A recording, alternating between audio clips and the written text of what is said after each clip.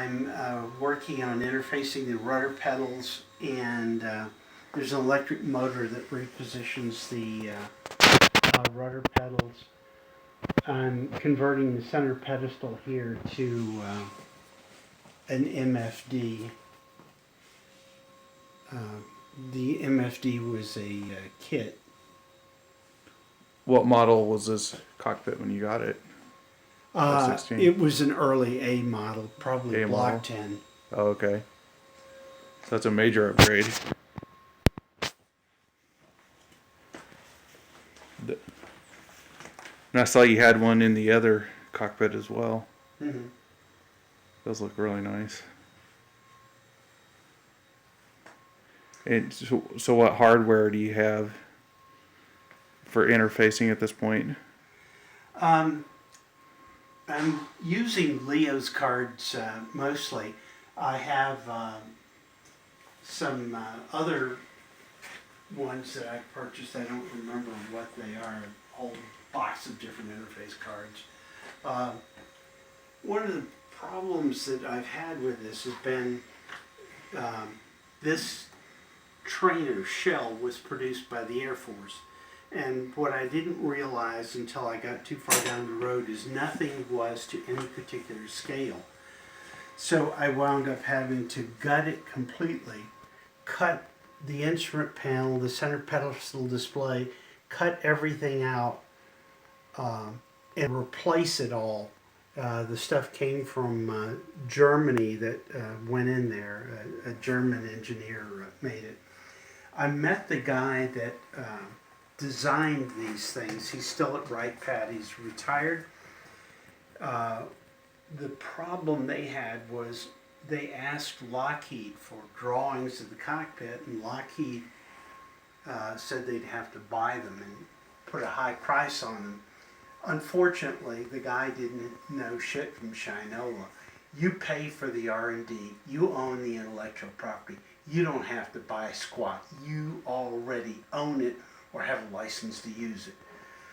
So they just went out and from photographs tried to build everything to a scale that looked reasonable, but nothing actually fits. So I have a mixture of Mike's panels, who's just over in Indiana, real panels, and panels from a military flight simulator. And all these things wind up being a different scale, a different size. So trying to fit anything in is a pain. Wow. Even the ejection seat is not the same size as a real ejection seat. Oh, really? Yeah. It may look close, but it's not the same size. Because when you start to put accessories on it, there were no accessories on it, you find that nothing fits. So I see power supplies down here. Yes. First, there's a big transformer down there, an isolation transformer that keeps you safe. It's a 1-to-1 transformer so that you don't inadvertently mix up a hot with a common or a ground and wind up with a hot chassis. Then there's a 28 volt DC power supply down there. And there's a 5 volt and a 28 volt power supply in the nose. Oh, really? That I put in too.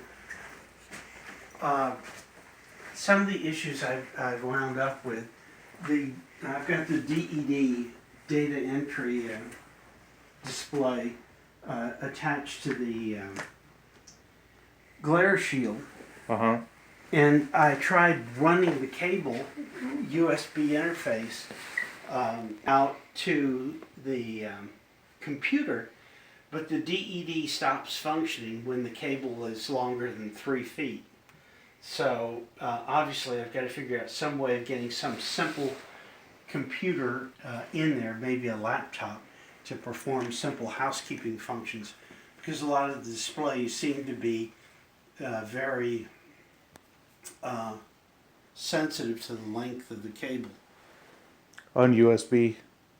Yes. Yeah. Have you tried a powered? Yes, USB? I've tried using a powered hub as well. Sometimes it doesn't make any difference. I know with Arduino, the guys have gone to Ethernet to get around some of those problems. It just, for a simulator, seems to work so much better than USB. You don't have the connection issues like that USB will sometimes has.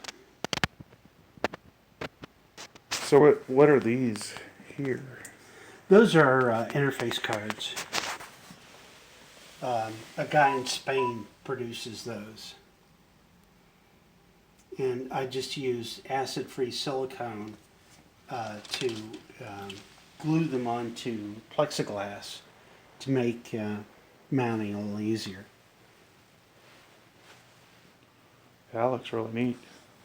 Mind if I pick one up? Pardon? Mind Oh, if I pick sure. one up? Stuff's designed to be picked up and handled.